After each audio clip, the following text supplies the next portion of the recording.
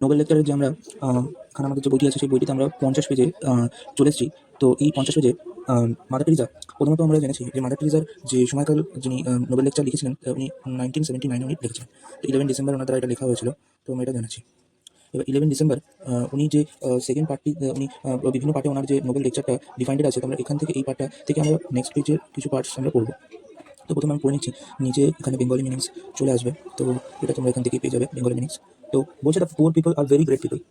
তো mother Teresa, যিনি কিনা সবসময় পুয়ার পিপল অর্থাৎ গরিব মানুষকে ভালো বলে এসেছেন, তিনি আজও বলছেন যে poor people is a great people. So poor people খুব ভালো মানুষ, যেটা কিনা মাদার টেরিজা বলতে চাচ্ছেন। মাদার টেরিজার মতে they can teach us so many beautiful things. যে পুয়ার পিপল আছে তারা আমাদের অনেক কিছু শেখায়, অনেক সুন্দর সুন্দর জিনিস শেখায়। দে ক্যান টিচ মানে এখানে দে মানে হচ্ছে the poor people means they can teach us so many beautiful things. তো এরপরে যে অংশটি বলা হচ্ছে যেটা আদার ডে, এবার মাদার টেরিজা যে অংশটি এই বাক্যে শুরু হচ্ছে, সেই বাক্যে বলছেন যে একটা বিভিন্ন ঘটনার পরিপ্রেক্ষিতে নোবেল লেকচার এর অংশগুলো সাজানো হয়েছে। সেহেতু মাদার টেরিজা যখন বলছেন তার বিভিন্ন জায়গায় যাওয়া এবং গরিব মানুষের প্রতি তার যে দৃষ্টিভঙ্গিগুলো বিভিন্ন জায়গায় তিনি দেখেছেন এবং তার জীবনে যে দৃষ্টিভঙ্গিগুলো তিনি গরিব মানুষের প্রতি তিনি আকৃষ্ট হয়েছিলেন তাদের সহায়তা করার জন্য বা সাহায্য করার জন্য, সেগুলিকে একটি একটি একটি বিভিন্ন গল্পের আকারে তিনি নিজের অভিব্যক্তিকে লেকচারের মাধ্যমে যখন নোবেল লেকচার তিনি বলছেন অর্থাৎ স্পিচ দিচ্ছেন, তখন তিনি বলেন এই থার্ড প্যারা যেখানে আমরা কোন আছি যে the other day one of them came to thank and said you people. তো আবার বলছি, the other day one of them came to thank and said you people who have void chastity, you are the best people to teach us family planning. The other day, one of them came to thank and said, "You people who have void chastity, and you are the best people to teach us family planning." তো অন্য একদিন বলছে, অন্য একদিন একজন মানুষ বা একজন গ্রুপ অফ মানুষ কেম টু থ্যাঙ্ক অ্যান্ড সেইড, তারা অভিবাদন বললো সে যে ইউ পিপল, অর্থাৎ এখানে মাদার টেরিজার গ্রুপকে বলা হচ্ছে অ্যান্ড মাদার টেরিজাকে উল্লেখ করে বলা হচ্ছে যে you people who have void meaning is শপথ, ভয়েড। তো ভয়েড মিন শপথ, এই শপথ কোন শপথ? যারা কিনা চ্যাস্টিটি অর্থাৎ সত্যতার বিচারের জন্য তারা যারা শপথ করেছে। তো Bengali meanings are below chastity, you are the best people to teach us family planning. Chastity, you are the best people to teach us family planning, অর্থাৎ ফ্যামিলি প্ল্যানিং যেটি আছে, অর্থাৎ natural family planning diverse from the sexual relations between husband wife.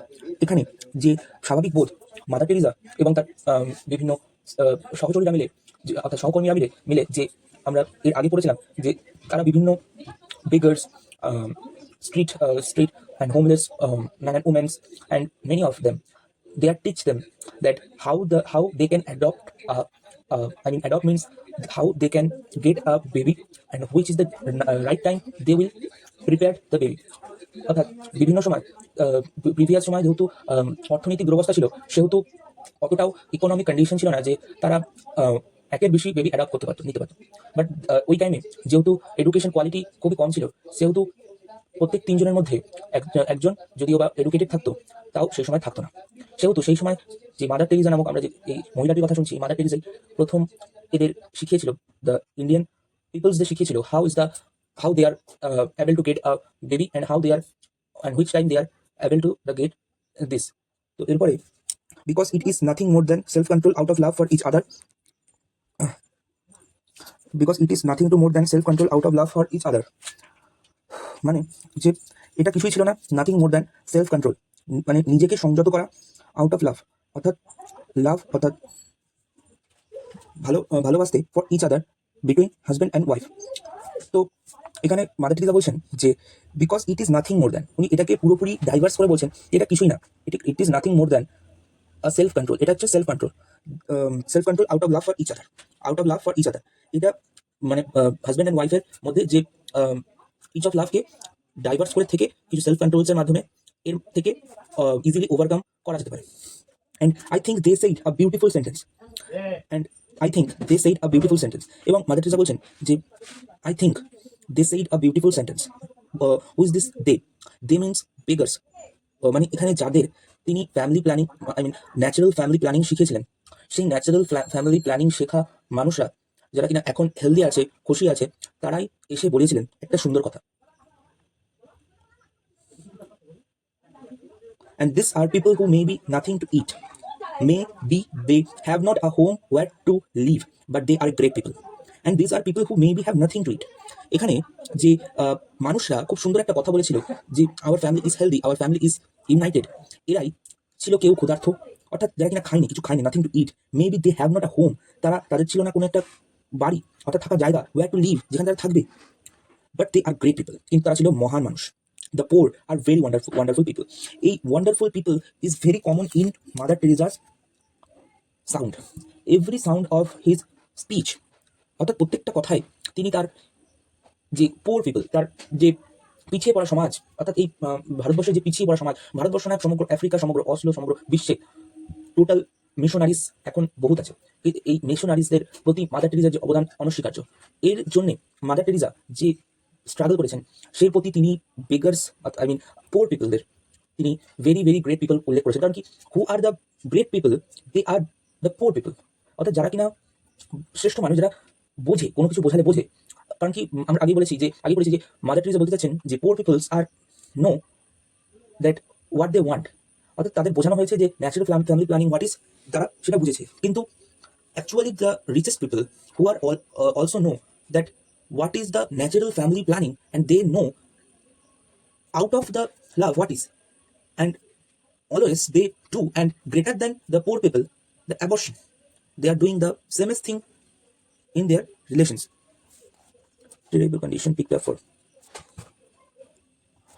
Next, one evening we went out and we picked up 4 people from the street. So as well as Mother Teresa's team and the natural favor, Mother Teresa যেরকম পোর পিপলদের help করতো, সেরকমই সেদিনও তিনি 4 জন মানুষকে street, অর্থাৎ রাস্তার পাশ দিয়ে তুলেছিলেন। অর্থাৎ এখানে যে অংশটা উনি তুলে ধরতে চাচ্ছেন, সবসময় উনি তুলে ধরতে চাচ্ছেন যে what is the condition see help the poor people and how the help, and one of them was in a most terrible condition. অর্থাৎ এখানে যে 4 জনকে তুললেন, তার মধ্যে একজন যে কিনা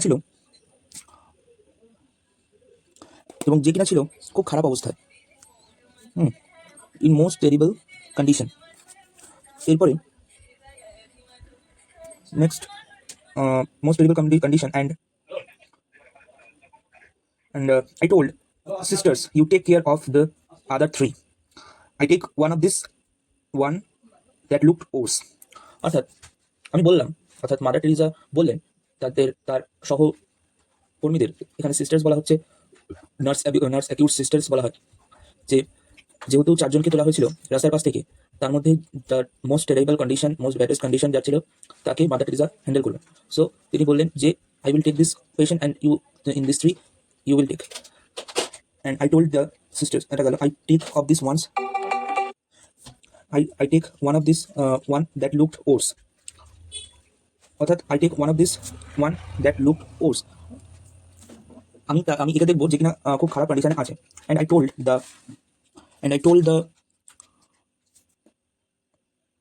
and আচ্ছা, তারপরে worse, so I did for her all that my love can do, এবং আমি করলাম যা আমার ভালোবাসা চাই, and I did for her all that my love can do, অর্থাৎ মাদার টেরিজা বলছেন তার ভালোবাসা যতটুকু উড়িয়েছিল, তিনি ততটুকুই সেই তার ভালোবাসা উজাড় করে দিয়ে সেই টেরিবল কন্ডিশনাল পেশেন্টকে তিনি শুশ্রূষা করেছেন। I put her in bed, তো এখানে কন্ডিশনগুলো বলা হচ্ছে যে তিনি কি করেছিলেন, for those patient who have the condition of terrible, I put her in bed and there was such a beautiful smile on her face, অর্থাৎ যখন তিনি তাকে বিছানায় শোয়ালেন, তারপরে তার মুখে তিনি একটি অস্বাভাবিক সুন্দর হাসি দেখলেন। she took off my hand, অর্থাৎ সেই পেশেন্টটি মাদারের হাতটি চেপে ধরলো, অফ মাই হ্যান্ড, অর্থাৎ মাদারের হাতটি চেপে ধরলো, as she said one word only, thank you, ধন্যবাদ, and she died. One of the terrible line in this para, that at first she said, the patient তাকে বিছানায় শোয়ালো, তারপরে তাকে সে একটি হাসি দিল এবং সে বললো ধন্যবাদ, এবং সে মারা গেল। So this is the para, and let's next day we will take over the next paras, and thank you for watching this, and do the subscribe button carefully. Thank you for watching.